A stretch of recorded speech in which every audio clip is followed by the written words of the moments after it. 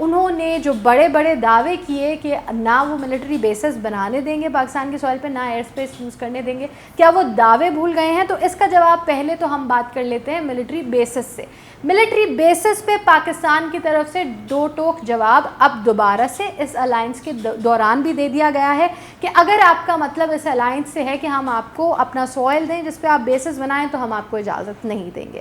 لیکن ایک بات جو اب تک کویشچن مارک جس چیز نے چھوڑا ہوا ہے اور بہت زیادہ اس بات کو ایکسپلائٹ بھی کیا جاتا ہے کیونکہ پاکستان کی طرف سے کلیئر سٹانس نہیں دیا گیا جو دے دینا چاہیے تھا اب تک نہیں دیا گیا، وہ ایئر اسپیس کا مسئلہ ہے.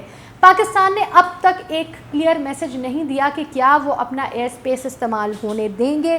اگر پاکستان اپنا ایئر اسپیس استعمال کرنے کی اجازت دے دیتا ہے اس کا مطلب ہے کہ اگر ازبکستان سے بھی ایئر سٹرائکس کی جائیں تو وہ پاکستان کے ایئر روٹ کے ذریعے، ایئر اسپیس کے ذریعے افغانستان تک جائیں گی، یا انڈیا یا کسی اور کنٹریز کے تھرو کی جائے تو پاکستان کا جو ایئر اسپیس ہے اس کو استعمال کیا جا سکتا ہے. لیکن اس پر پاکستان کی طرف سے کلیئر میسج اس وقت آنا باقی ہے. لیکن ایک چیز جو اس کو کانٹرڈکٹ کرتی ہے وہ عمران خان صاحب کا بیان ہے کہ ملٹری کے کسی بھی ریزن کے لیے نہ پاکستان کی سوائل یوز ہوگی نہ پاکستان کا ایئر اسپیس یوز ہوگا. Also we are waiting for the formal decision. یہ بہت نیا ہے اس وقت الائنس، اس پہ ابھی تک پہلی میٹنگ نہیں ہوئی، صرف اس وقت یہ الائنس فارم ہوا ہے.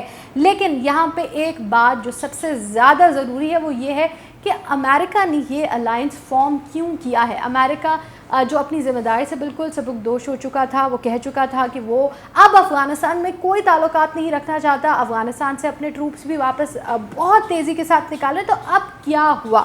اب ہوا یہ ہے کہ افغانستان کے مسئلے پہ یو ایس اے کو، امریکہ کو بہت شدید کرٹیسزم کا سامنا کرنا پڑ رہا ہے کہ پورے خطے میں اگر اس وقت اسٹیبلٹی خراب ہو چکی ہے، انسٹیبلٹی آ چکی ہے تو اس کی میجر وجہ خود امریکہ ہے کہ جتنی جلدی میں اس نے اپنے ٹروپس کو نکالے اور جو ان کا رول پرفارم کرنا تھا ان کو افغانستان میں، یا 20 سال سے جس وجہ سے ٹروپس افغانستان میں رکھے تھے امریکہ نے، وہ ساری چیز اس وقت ختم ہوتے ہوئے نظر آتی ہے. اگر طالبان کو ہی قبضہ دینا تھا تو پھر 20 سال پہلے دے دیتے. 20 سال سے آپ نے جو افغانستان کے خطے کو جنگ کی حالت میں رکھا وہ کیوں رکھا؟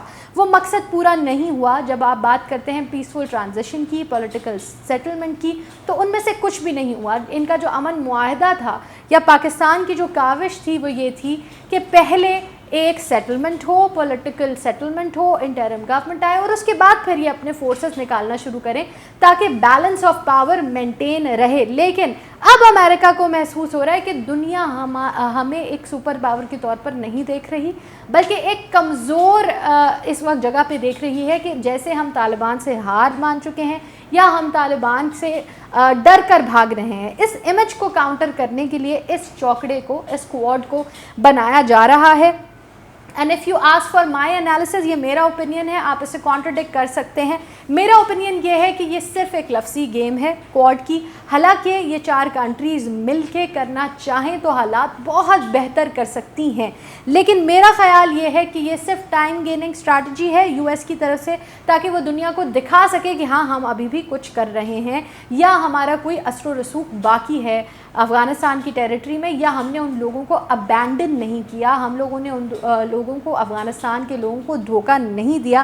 اس چیز کی امیج کو سیو کرنے کے لیے یہ چوکڑا بنایا جا رہا ہے، کیونکہ اس میں کہیں پہ بھی کوآرڈینیشن یا کوآپریشن نظر نہیں آتی.